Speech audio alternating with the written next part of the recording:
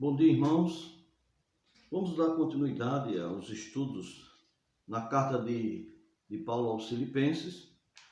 Dessa vez, gostaríamos de convidar os irmãos a abrirem suas Bíblias para o capítulo 4, versículo 10 ao versículo 13. Filipenses, capítulo 4, do versículo 10 ao versículo 13. Diz assim a palavra do Senhor. Alegrei-me sobremaneira no Senhor, porque agora, uma vez mais, renovastes a meu favor o vosso cuidado, o qual também já tinha antes, mas vos faltava oportunidade. Digo isto não por causa da pobreza, porque aprendi a viver contente em toda e qualquer situação. Tanto sei estar humilhado, como também ser honrado, de tudo e em todas as circunstâncias já tenho experiência, tanto de fartura como de fome, assim de abundância como de escassez. Tudo posso naquele que me fortalece. Que Deus aplique a sua palavra em cada coração nessa manhã. Meus queridos e amados irmãos, temos estudado a carta de Paulo aos Filipenses e cada vez mais eu sou desafiado pela palavra a viver uma vida de alegria, não é verdade? Na última mensagem que nós trouxemos aqui, nós desafiamos a cada um de nós, desafiamos os irmãos, como também a mim mesmo, porque quando eu estou estudando, nós primeiramente devemos aplicar esse conhecimento para nós e depois a gente compartilha com os outros, para não sermos hipócritas. E eu tenho reconhecido que eu preciso melhorar e muito na minha vida cristã quando me deparei com esses estudos e eu vejo que estamos muito aquém daquilo que deveríamos ser como cristãos. Na última mensagem, desafiamos aos irmãos a permanecerem firmes no Senhor. Então, a palavra de Deus desafiou as nossas vidas para que permanecêssemos firmes no Senhor. E isso é mandamento, e também nós encontramos também uma ação continuada. Essa permanência deve ser sempre. E nós, irmãos, nós tratamos sobre algumas ações que identificam aqueles que estão permanecendo firmes no Senhor. Lembra? Quem lembra das ações? Então, nós pregamos do versículo 1 ao versículo 9. E a primeira ação, não sei se os irmãos estão lembrados, mas aqueles que estão permanecendo firmes no Senhor, eles cooperam para a unidade do corpo de Cristo, certo? Dentro de um contexto de igreja local, certo? Os irmãos estão lembrados? Lembra que tinha duas irmãs, elas estavam tendo dificuldades naquele contexto de igreja, e Paulo até dar em forma de mandamento que um determinado líder, que ele não diz o nome daquela igreja, auxiliasse aquelas irmãs a que elas pensassem concordemente no Senhor. Então, um crente que está permanecendo firme, ele preza pela unidade da sua igreja, da igreja local onde ele está servindo ao Senhor. O crente que não preza por essa unidade, ele está fora do contexto de vida cristã que Deus tanto deseja para a vida dele. A outra ação, estou só revisando, a outra ação é o viver alegre no Senhor. Lembra que nós vimos no versículo 4, em que Paulo duas vezes ele diz, alegrai-vos no Senhor, outra vez digo, alegrai-vos. Então, mandamentos aqui, certo? Não é só uma questão, não é opcional esse viver alegre, mas é um mandamento de Deus para nossas vidas, né? O viver alegre. Eu sei que é impossível esse viver alegre sem estarmos sintonizados com o Senhor, sem conhecermos verdadeiramente a Deus. Isso é impossível. E aí lembra do exemplo que nós tratamos aqui, Paulo estava preso em Roma, quando ele escreveu essa carta, e ele demonstrou a sua alegria, o seu contentamento por ser um crente em Jesus Cristo. Apesar de todas as dificuldades que esse homem ele passou durante a trajetória da sua vida cristã. Em nenhum momento nós podemos ver esse homem pensando em recuar, esse homem desanimado, mas um homem sempre alegre. E mesmo preso em Roma, ele escreve essa carta externando a sua alegria de ser um cristão, de ser um servo de Deus. Que maravilha, irmãos. Lembra de um exemplo, né? Nessa mesma cidade de Filipe, e ele faz referência não dando detalhes do acontecimento, mas aqueles irmãos conheciam muito bem o proceder de Paulo no meio deles. E lembra o que aconteceu? Ele, quando na fundação daquela igreja, na cidade de Filipe, ele foi preso também. E quando ele estava na prisão, ele estava triste, né? Murmurando, reclamando. Era isso? Não. Ele estava alegre, contente, cantando louvores a Deus. Ele estava alegre na presença do Senhor. E os irmãos sabem, todo desenrolar da história, que culminou na conversão do carcereiro e toda a sua família. E ali iniciava-se uma igreja. E agora Paulo está escrevendo para essa igreja. Até John Piper ele diz que Deus é mais glorificado em nós quando estamos mais satisfeitos nele, quando estamos mais contentes, mais alegres nele. A terceira ação, irmãos, é que devemos exercitar a moderação diante das pessoas. Paulo diz isso no versículo 5, seja a vossa moderação conhecida de todos os homens.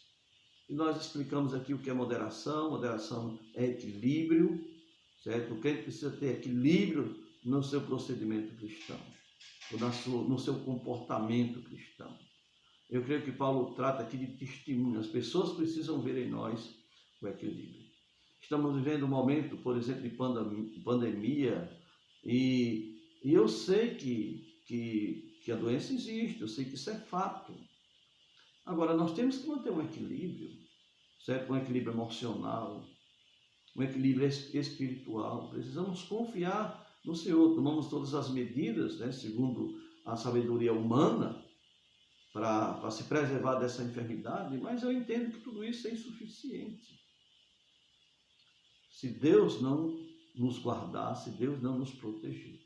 Lembra que nós tratamos que essa palavra também, ela é relacionada também à integridade, certo? Nós precisamos manter o nosso testemunho, o nosso exemplar, né? Segundo Pedro diz, exemplar procedimento no meio daqueles que falam contra vós outros como de malfeitores. E essas pessoas, observando as nossas boas obras, glorificam a Deus no dia da visitação. Jesus também ele disse que nós somos sal e luz aqui nesse mundo. E ele diz, assim brilha a vossa luz diante dos homens, para que observando as vossas boas obras, glorifiquem ao Pai que está nos céus. Moderação, equilíbrio. Eu sei que isso é fruto do Espírito, a moderação.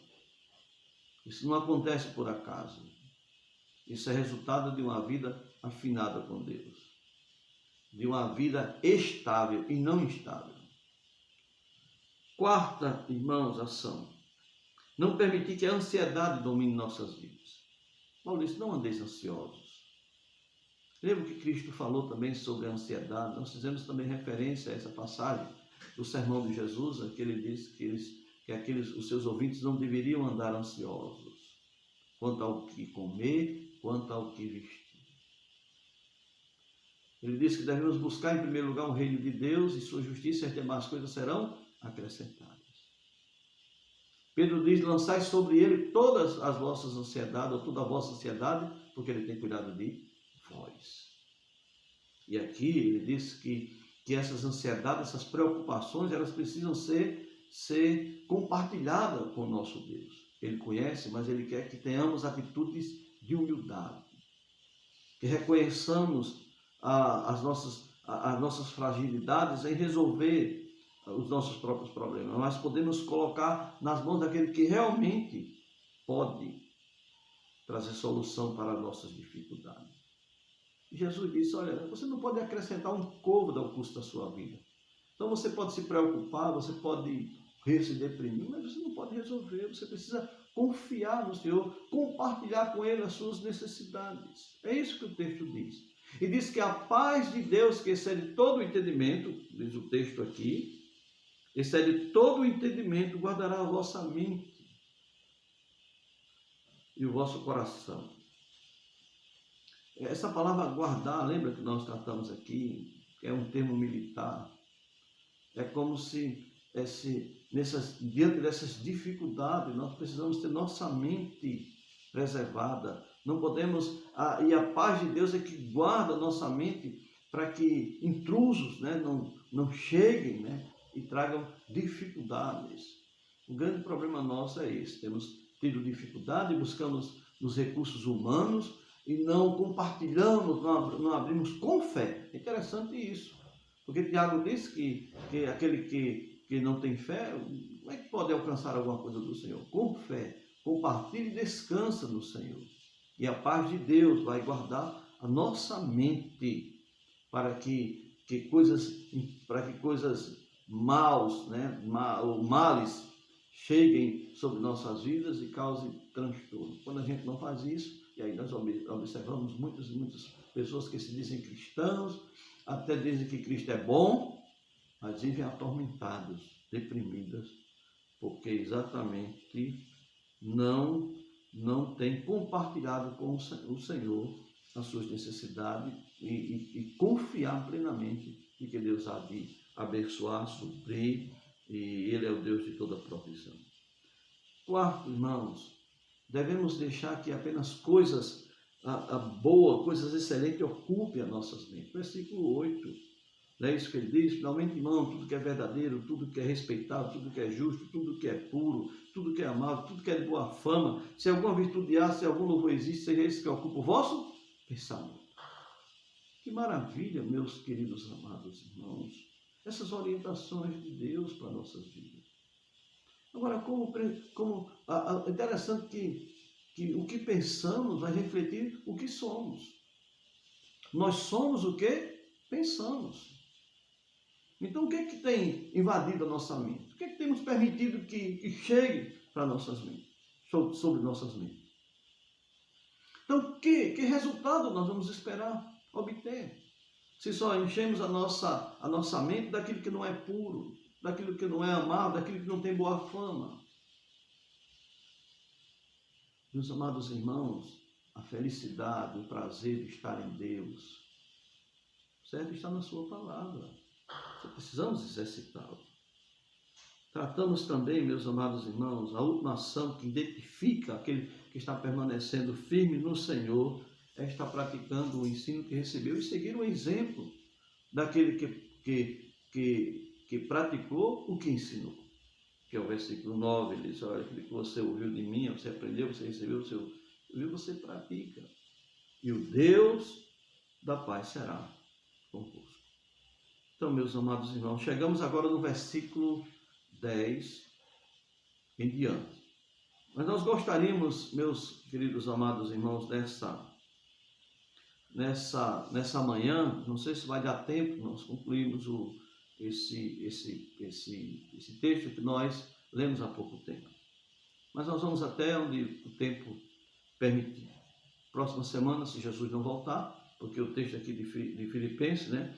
Seja a vossa moderação conhecida de todos, não, perto está o Senhor. Sabemos que Ele pode vir a qualquer momento, mas quando estivermos na glória, não vamos precisar mais de pregações. Estamos lá adorando a Deus, porque já estaremos lá em um estado perfeito. A palavra de Deus permanece para sempre, né?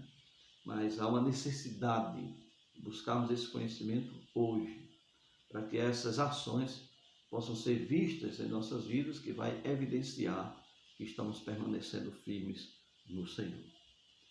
Eu gostaria de chamar a atenção, inicialmente aqui, introdutoriamente, para uma palavra que está no versículo 11, onde Paulo diz, ou melhor, algumas palavras. Ele diz: digo isto não por causa da pobreza, porque aprendi a viver contente em toda e qualquer situação.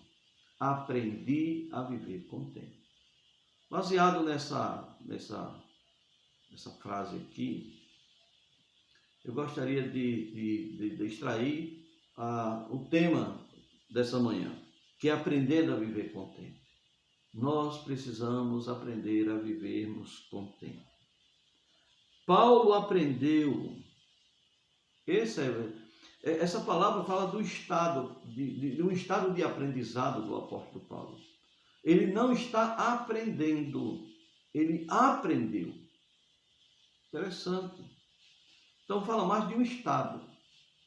Ele chegou a um estado de contentamento que as coisas, se elas estivessem boas ou se elas estivessem maus, ou se tivesse comida ou se não tivesse comida, se ele tivesse fartura ou se ele não tivesse fartura, isso não ia afetar a sua vida, não ia tirar ou extrair dele o contentamento.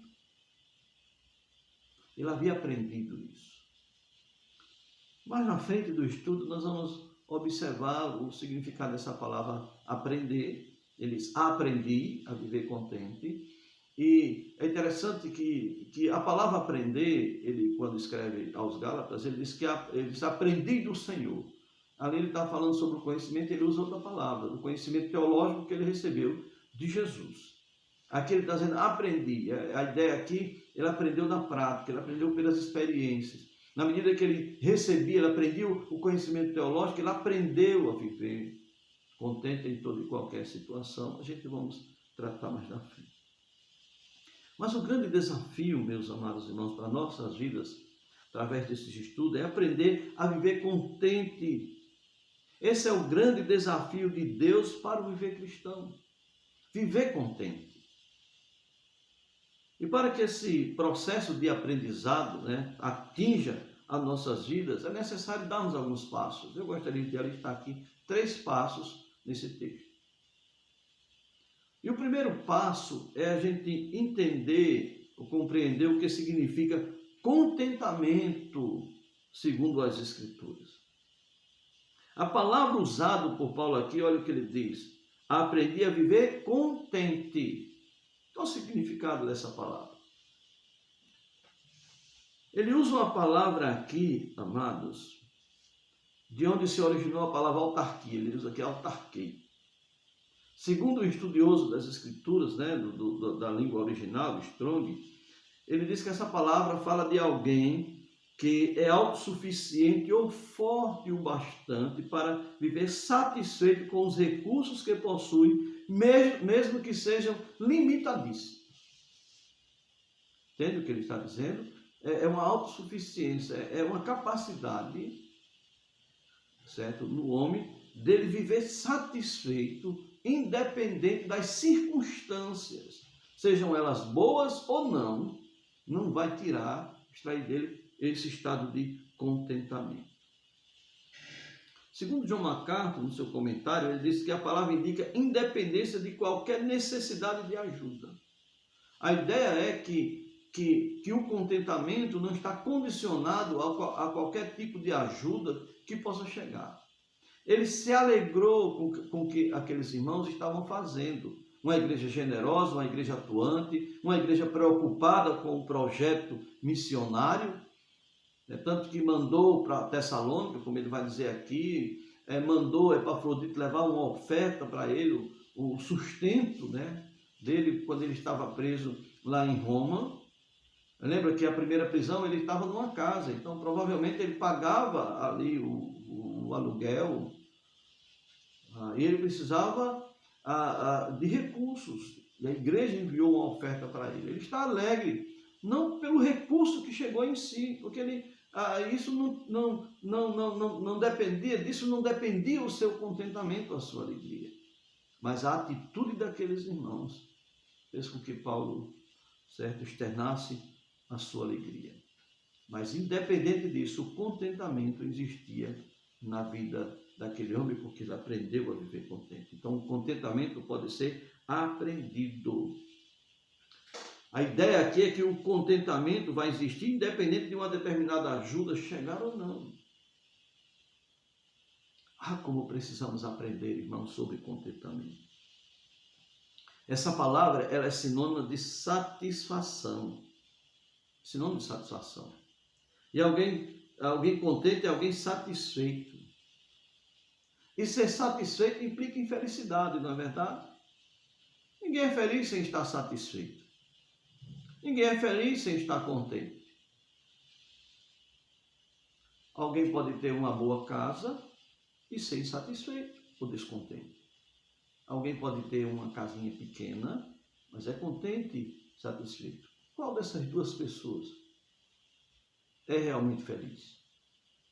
Aquela que está contente, aquela que está satisfeita com aquilo que tem. O escritor de Hebreus, ele diz: seja a vossa vida sem avareza, contentai-vos com as coisas que tendes. Interessante, irmãos, entendermos isso. Queremos ser felizes, então precisamos estar satisfeitos. Precisamos aprender a estar contente. E Paulo diz aqui: aprendi a viver contente em toda e qualquer situação. Ele diz: tanto sei estar humilhado, como também ser honrado, de tudo e em todas as circunstâncias. Já tenho experiência. Ele aprendeu pelas experiências. Ele diz: tanto de fartura como de fome, assim de abundância como de escassez. Tudo estou podendo naquele que está me fortalecendo. Tudo posso naquele que está me fortalecendo. Naquele que me dá a força para me suportar e superar tudo isso. Lembra que ele não era um homem autoconfiante no sentido de por ele mesmo chegar a tudo isso, mas ele era um homem autoconfiante, ele era contente, porque Deus fortalecia ele. Precisamos aprender a viver contente. Agora, o segundo passo é que devemos entender em que consiste o verdadeiro contentamento. Em que consiste o verdadeiro contentamento? Contentamento ou satisfação é uma virtude altamente valorizada em nossa sociedade. Não é verdade isso? Todo mundo quer ser contente, todo mundo quer ser satisfeito, todo mundo quer ser feliz. Não é verdade? Você conhece alguém ou você não quer ser assim? Então é altamente valorizada em nossa sociedade. Mas por que não é desfrutada pela grande maioria das pessoas desse mundo? Por quê? Por que não pode ser desfrutada? Porque, meus amados irmãos, só pode ser desfrutada por meio de um relacionamento correto com Deus. Só pode ser desfrutado o contentamento por meio de um relacionamento correto por Deus.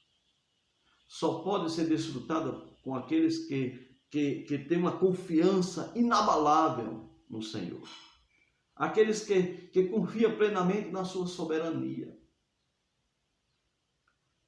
Nós não sabemos o que Deus quer, certo? Com todas as dificuldades que muitas vezes nos cercam. Não sabemos assim com detalhe, mas temos que confiar na sua soberania. Deus é soberano sobre todas as circunstâncias, difíceis ou não. Ele é soberano. Deus é Senhor. Ela pode ser desfrutada por aqueles que creem que Ele de fato nos ama. Tem muitas pessoas que parecem que Deus ama fulano, ama ciclano, mas não ama a ela mesma. Não é verdade? Você se diz crente, não, mas eu queria que Deus me amasse como ama fulano. Não, você tem que confiar no amor de Deus. Deus nos ama e Ele vai continuar nos amando sempre. Paulo sabia disso. Independente das circunstâncias, o amor de Deus poderia ser visto na vida dele. Ok? Precisamos, irmãos, esse contentamento só pode ser desfrutado por aqueles que creem na providência de Deus. Na providência proposital, porque em todas as coisas nós entendemos que Deus, certo, traz para nossas vidas, Ele tem um propósito. Se Ele nos deu vida eterna, Ele quer ser glorificado em nós enquanto existimos aqui. Não é verdade? Então é interessante, irmãos, a gente observar exatamente isso, o que é contentamento e como desfrutar o verdadeiro contentamento. A satisfação não pode ser desfrutada, ou o contentamento não pode ser desfrutado mediante as vias que os homens teimam em querer encontrá-la. Temem querer encontrá-la por meio dessas vias. Não vai acontecer. As pessoas procuram o contentamento ou a satisfação onde não pode ser encontrado. Esse contentamento não pode ser encontrado no dinheiro. Não pode ser encontrado nos bens ou nas posses humanas. Não pode ser encontrada no poder, no prestígio ou no status. Ela não pode ser encontrada nos relacionamentos bem-sucedidos. Ou nos relacionamentos que a gente entende de que se eu tivesse um relacionamento com aquela pessoa, com aquela outra, eu iria estar contente. Não depende disso. Não depende do emprego, no bom emprego. Não depende da saúde perfeita. Ou não depende de ausências, ou de ausência, melhor dizendo, de dificuldades. Porque essas coisas, meus amados irmãos, elas são instáveis enquanto existimos aqui. Não é verdade? Nós podemos observar.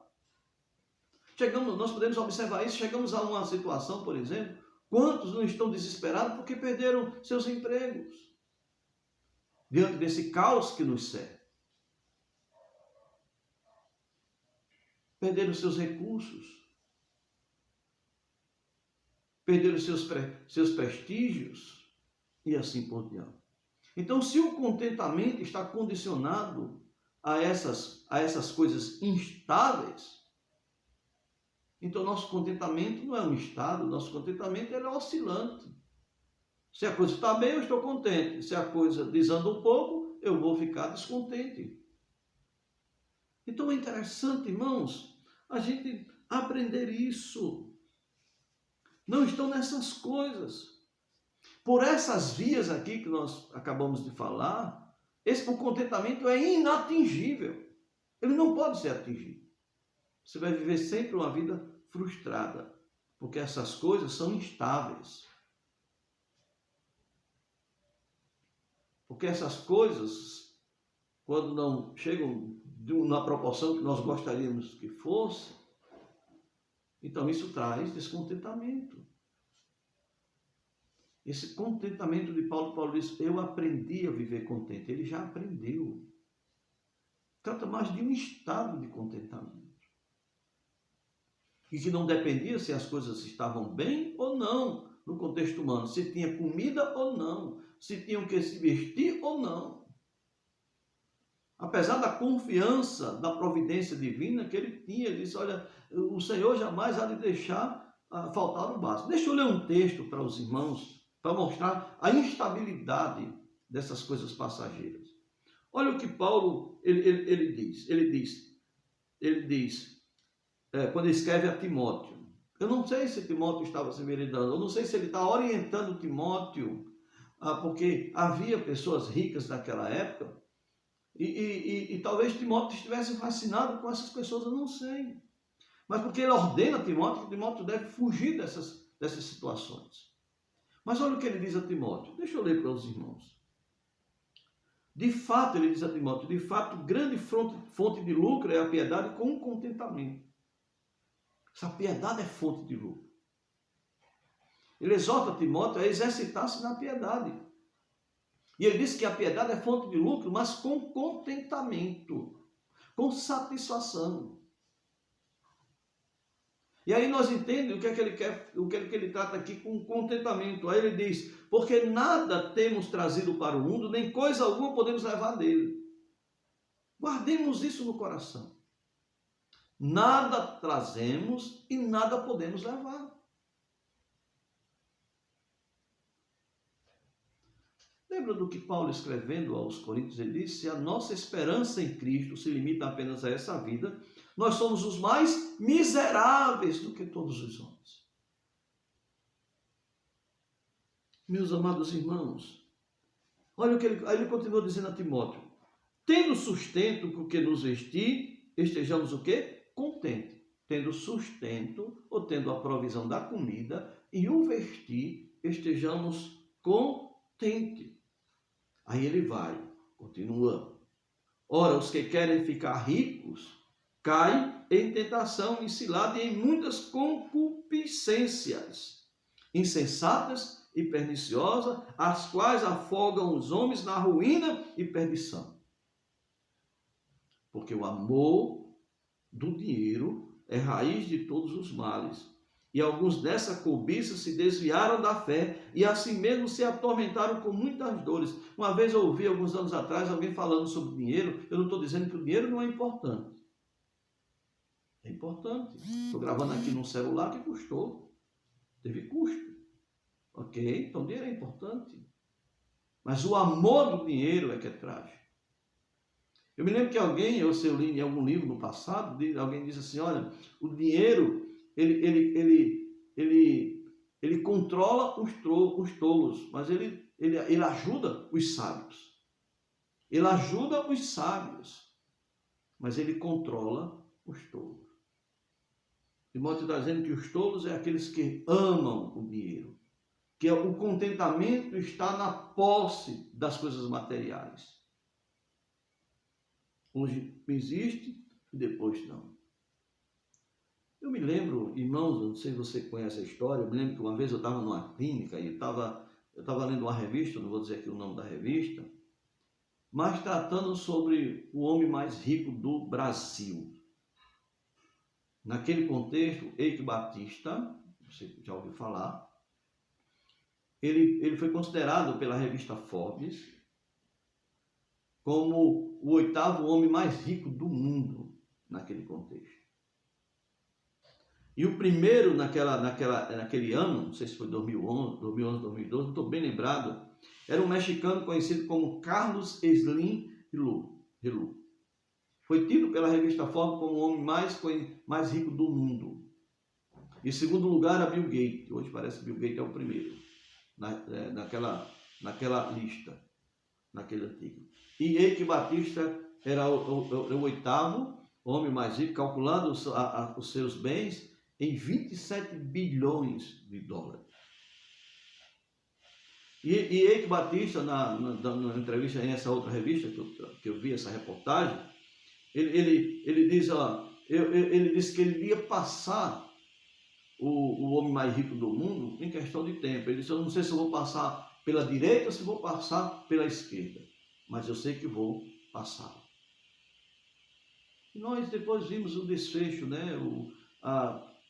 Uma prática, irmãos, uma coisa na prática, um exemplo prático desse texto aqui, do amor ao dinheiro, das coisas materiais, que mais na frente Paulo vai chamar de coisas de instáveis, que hoje é e amanhã pode não ser. Lembra o que aconteceu com Eike Batista, né? Envolvido aí em muitos atos de corrupções. E outra revista, né? Eu estava lendo recentemente que ele disse antes da prisão, que ele foi preso, antes da prisão, ele disse, ser o homem mais rico do mundo foi uma grande estupidez minha.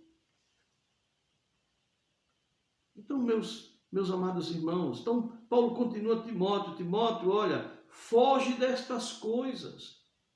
Antes, ele diz a Timóteo, antes segue a justiça, a piedade, a fé, o amor, a constância, a mansidão. Ele diz, olha, segue aquilo que realmente tem valor. Segue aquilo que pode produzir em nós verdadeiro contentamento. Ele diz, combate o bom combate da fé. Isso no capítulo 6 de 1 Timóteo. Toma posse da vida eterna para a qual foste chamado e de que fizeste a boa confissão perante muitas testemunhas. Ele diz, exorto-te perante Deus, que preserva a vida de todas as coisas. E perante Cristo Jesus, que diante de Pôncio Pilato fez a boa confissão. Que guardes o mandato imaculado e irrepreensível até a manifestação do nosso Senhor Jesus Cristo, a qual em suas épocas determinadas há de ser revelado pelo bendito e único soberano, Rei dos reis, o Senhor dos senhores. O único que possui imortalidade, que habita em luz inacessível, a quem homem algum jamais viu nem é capaz de ver. A ele o poder eterno. Amém.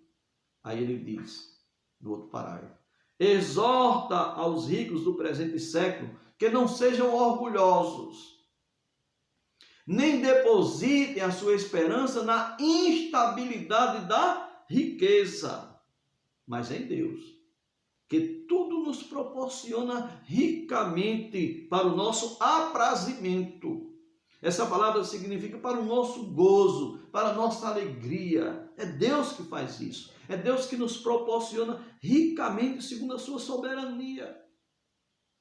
Aí ele continua a exortação aos ricos que pratiquem o bem, sejam ricos de boas obras, generosos em dar e prontos a repartir, que acumulem para si mesmos tesouros, sólido fundamento para o futuro, a fim de se apoderarem da verdadeira vida.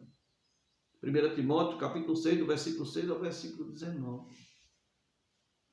Olha o que ele diz. Ele diz, olha, exorta esses homens a que sejam ricos de boas obras, para que possa acumular tesouros, sólido fundamento para o futuro. Com certeza, Paulo tem em mente as palavras de Jesus, quando ele diz, não acumuleis para vós outros tesouro aqui na terra, aonde a traça e o ferrugem corrói e o ladrão rouba.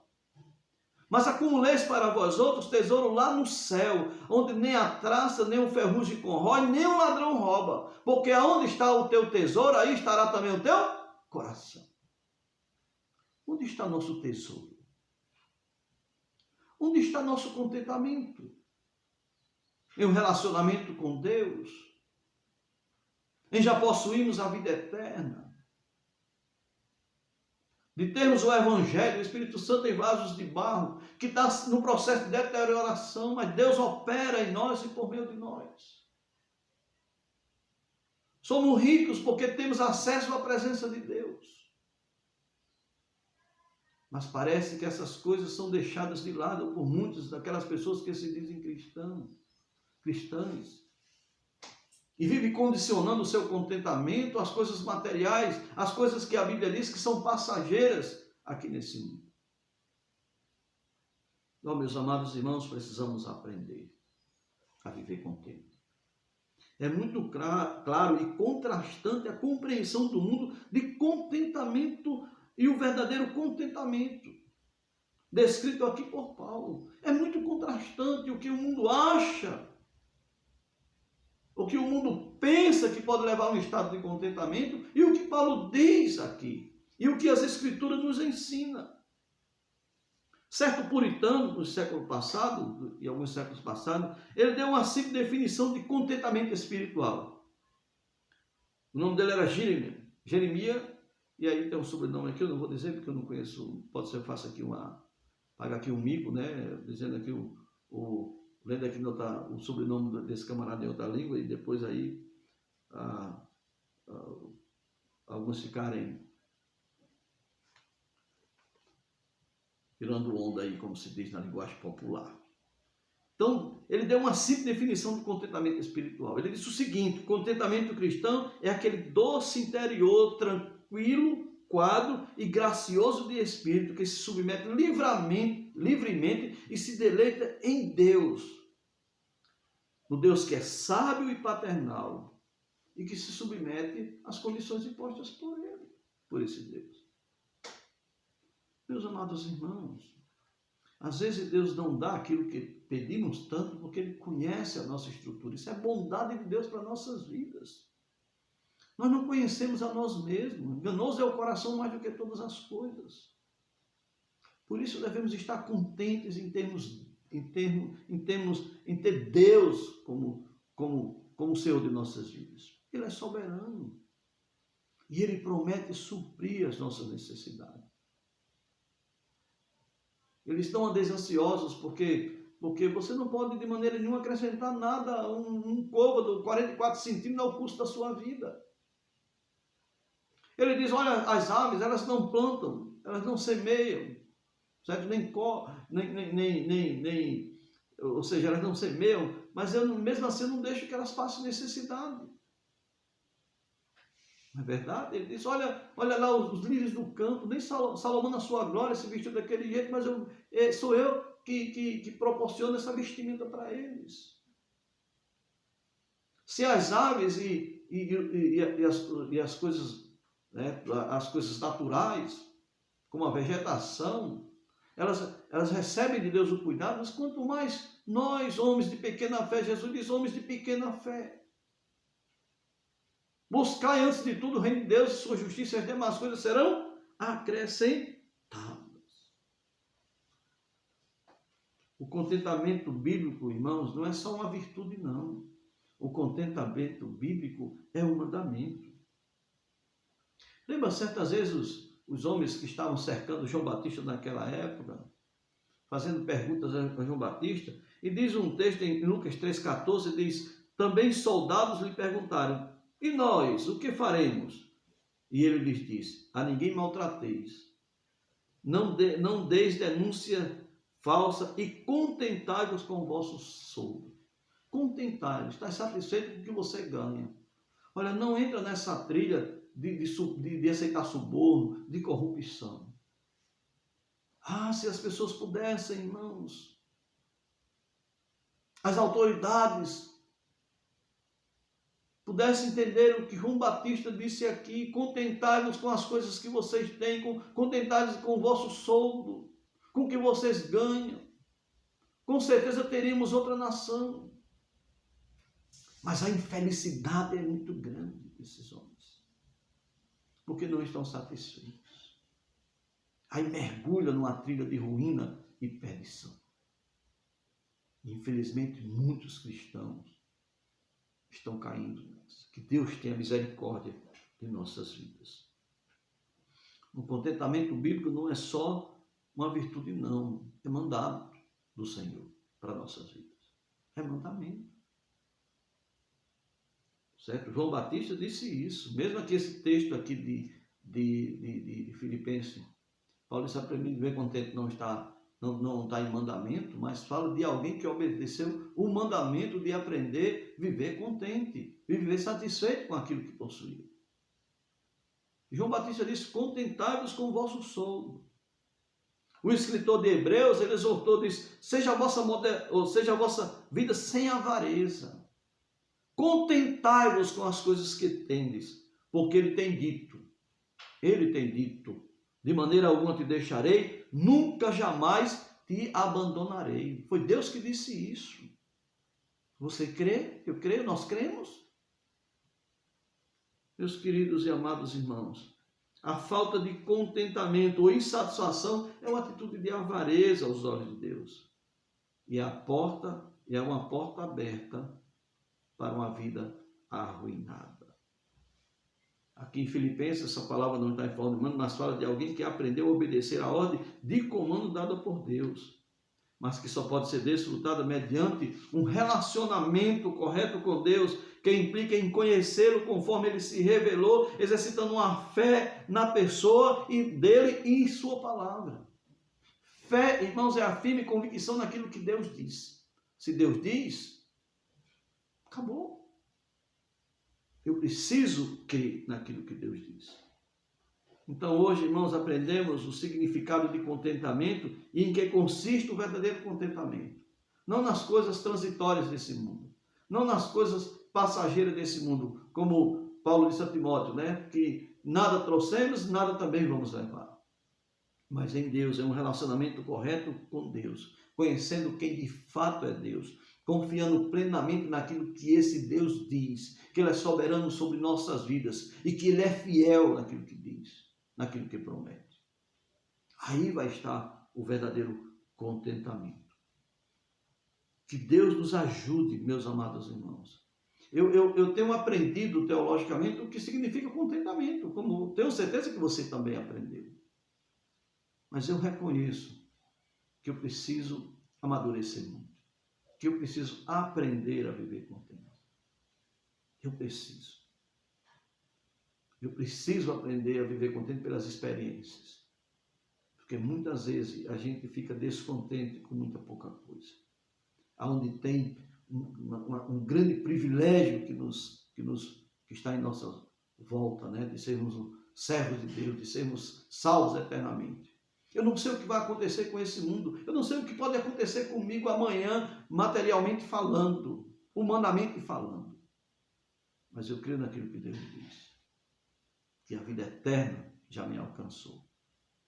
E estar com Cristo, que é incomparavelmente melhor, é só uma questão de tempo.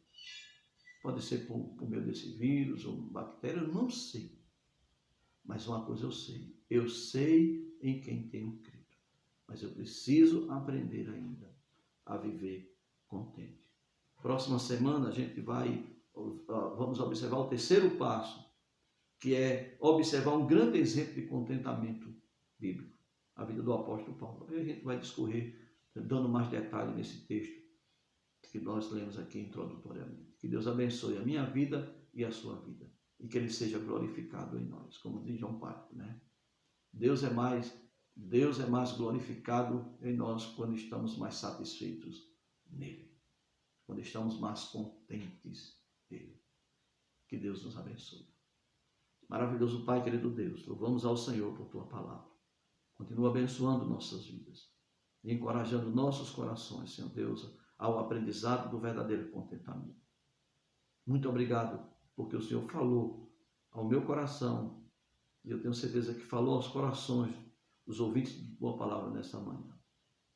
Que o Senhor possa estar dando força, suporte, para que possamos aprender a viver contente. Possamos dizer como Paulo diz, tudo posso naquele que me fortalece, naquele que está me fortalecendo. Obrigado, Senhor, porque o Senhor é meu Deus, é nosso Deus, e que o Senhor é soberano sobre nossas vidas, e que o Senhor é o Deus de toda providência. Louvamos ao Senhor por tudo. Em nome de Jesus. Amém. Irmãos, gostaria só de avisar, hoje à noite, precisamente hoje à noite, a mensagem estará com o seminarista Mateus. O pastor Davi, ele iria estar pregando, mas ele precisou estar mudando, né? Ele está mudando de casa, então a gente sabe que essa mudança, né? Eu sei disso, aprendi isso recentemente, a gente sabe que toma muito tempo, então ele falou com o seminarista Mateus, e Mateus estará hoje fazendo a live diretamente do Seminário Batista Beriano, tá bom? Que Deus nos abençoe e tenhamos um bom dia na sua presença. Gostaríamos também de aproveitar o ensejo também para parabenizar todas as mamães, certo? Agradeço a Deus pela minha mãe, né, que Deus me proporcionou. Estive ontem lá, dando um abraço nela. Quero agradecer pela mãe dos meus filhos também, a Rosilda, né? Orando pela saúde dela. Louvo a Deus também. Quero agradecer pela vida da minha filha, que também é mãe, tem me dado netos, a minha nora também. Então eu sou muito grato pelas mulheres que Deus tem colocado na minha vida. Sou grato a Deus por cada mãe que o Senhor acrescentou na minha vida, na Igreja Batista Regular de Igapó. Certo? Todas as mulheres ali, as mulheres a gente tem como mãe. Que Deus continue abençoando cada um de vocês. Mas vocês são privilegiados de serem mães. Quero parabenizar também, agora mais recente, né? Tem minha nora que está grávida, então vai me dar mais um neto. E tem também a irmã Niele, né? Que também vai me dar mais um neto, né? Porque todas essas crianças que nascem lá da igreja é neto. Eu considero como mais um neto. Então eu sou grandemente privilegiado. Eu não posso externar outra coisa nessa manhã a não ser meu contentamento. Deus abençoe.